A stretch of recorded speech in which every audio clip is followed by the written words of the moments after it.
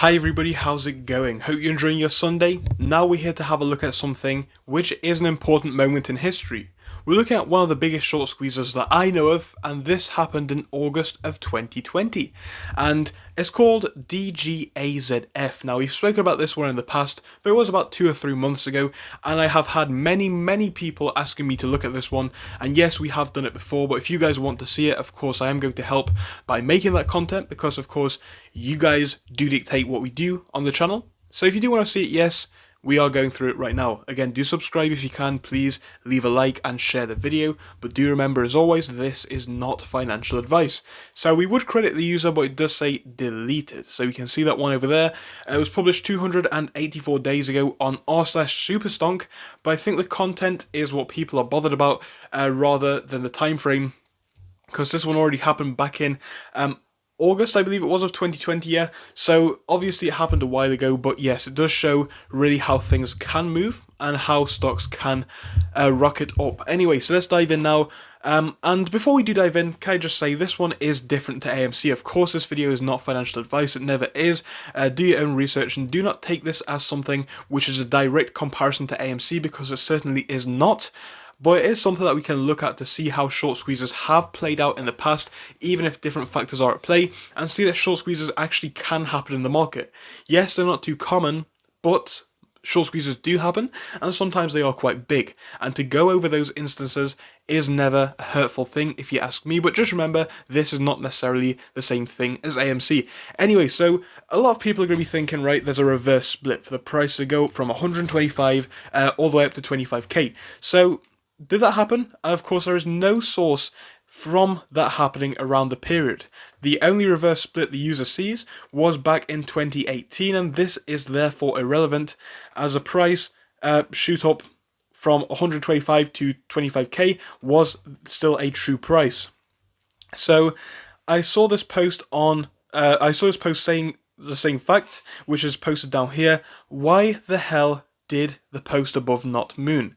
So here we have 3 articles explaining about the short squeeze, and if you want to check them out, I do recommend it. Again, you can type in the title of this one to find it. But yeah, there's 3 little articles speaking about it, but let's get on to the deeper stuff about it. So what we've seen over here is, in the second article, you can see that one of the holders was you-know-who, Citadel Advisors LLC, credit to u/alternative_court542, who showed us that. So too long didn't read.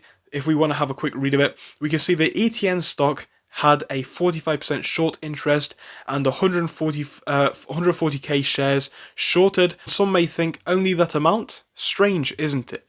Some wrinkly ape to check this all, please. So it went from 400 to 25k. Do I need to remind you what situation GME is in? And again, that is the same with AMC, and some could even argue it is much more shorted if those synthetics are out there. So edit 2, yes, I found a chart about the squeeze. We can see it down here. 1, it seems that there was no dip during the squeeze, but I could only take a look on the 45-minute timescale, so who knows what happened on a more intricate timescale than that. On the 5-minute timescale, thank you to this user over here actually. This is one little dip before 25k, but you could avoid by looking at the staunch RSI, which was still near 80. So we'll come down here and you can see that picture. If you want to pause the screen at any point, you can, but that's just how the thing actually unfolded. It's an idea of how this instance worked. Again, all plays are going to be different as far as squeeze potentials and moves go, but that's the one that we're seeing for this, which is interesting.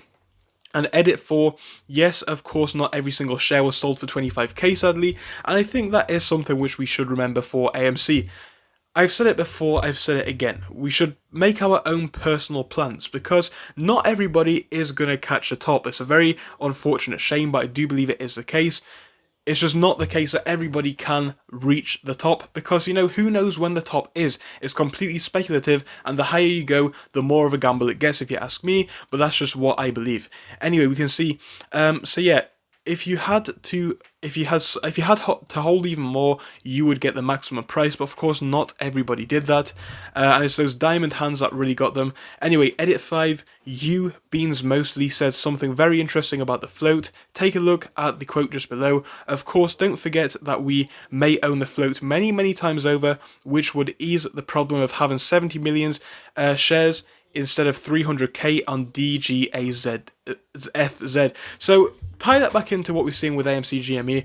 Yeah, in this instance, it may seem different, and it probably is significantly different because, like you said, this is not an apples to apples direct comparison. But, you know, the factors do sort of change a little bit if we do potentially have more than 100% of the float out there. And again, some do speculate there's even more than we could even imagine.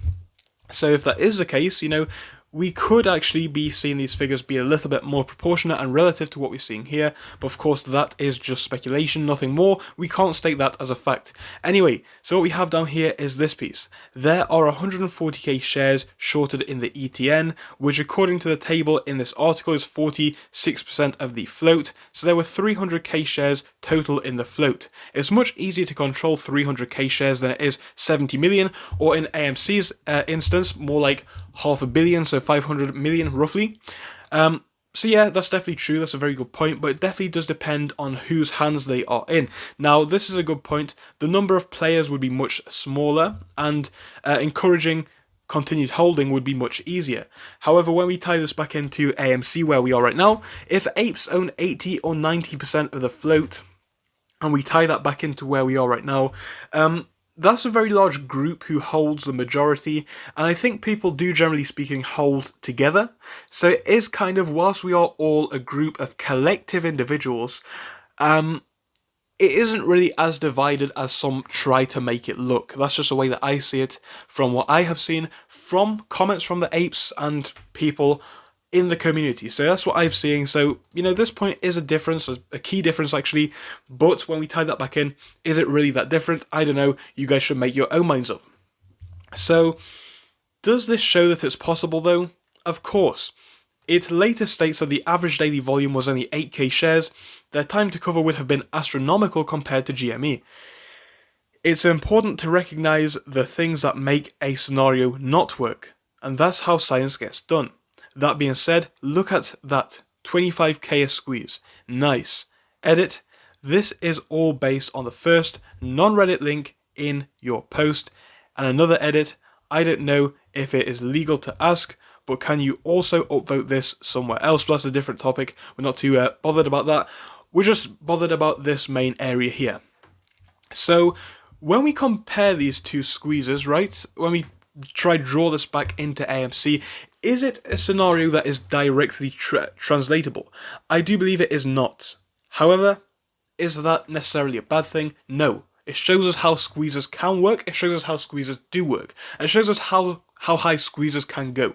I'm not here to tell you guys, you know, AMC is going to go to X price or Y price just because this stock did it. Like I said at the beginning, it is a completely different stock, and we cannot draw direct comparisons from it, but we now have a more recent squeeze on Volkswagen to look at. Yes, we have looked at it before, but it's a more recent squeeze, it's more up to date, and I think it happened under different market circumstances as well, which is also an important differentiation. So tying that back into AMC and GME, the one thing that we can take from it is, whilst this is not a direct translation, squeezes can happen in the market, and squeezes to high prices can happen in the market. They are uncommon, very uncommon, but they definitely do arise now and again. It's one of those unicorn scenarios. Now, of course, there are facts that we do not know about AMC, and we know that we do not know them, such as how many shares are actually out there, if potentially synthetics are out there as well. We don't know, you know, if any manipulation is going on, and of course, if there are those phantom shares being used to short the stock, which is possible if the float is more than 100% anyway. But what I'm trying to say is, this is an interesting scenario, and it really is something to think about into the AMC situation. It's not a direct translation, as I have said many times, but I think it is something which we should have covered. We did cover, and I'm glad that we did. So tell me what you think to this one. I think it is something which just gives us that little bit of inspiration, and look at what has happened in the market, and look at what can happen. It's not impossible, but who knows what's going to actually unfold for AMC. Tell me your opinions down below. Of course, this is not financial advice, but I'll see you again later. Thank you for watching through till the end, but let me tell you about our Discord. So on your screen you will be seeing the N2S Finance Discord. Obviously it is split into multiple sections. Basically at the top we have updates from me and all that kind of good stuff. If you scroll down a bit further we have the main sections where we focus on cryptos, SPACs and other hot stocks including penny stocks, even stable growth stocks as well, and we even have a special AMC GME chat. If you scroll down you can see some research and DD from the community. We also have funny memes and you can see actual contributions from members down here. And again, if you do join us, it is completely free, link is down below. But if you do want to become a Patreon, you will actually get a pink sticker which will be displayed on your name. So your name will come up in pink as mine comes up in red down here, and that will show that you are a Patreon. But other than that guys, you can join completely for free down below. You do not have to pay anything if you do not want to. Thank you for watching, see you soon.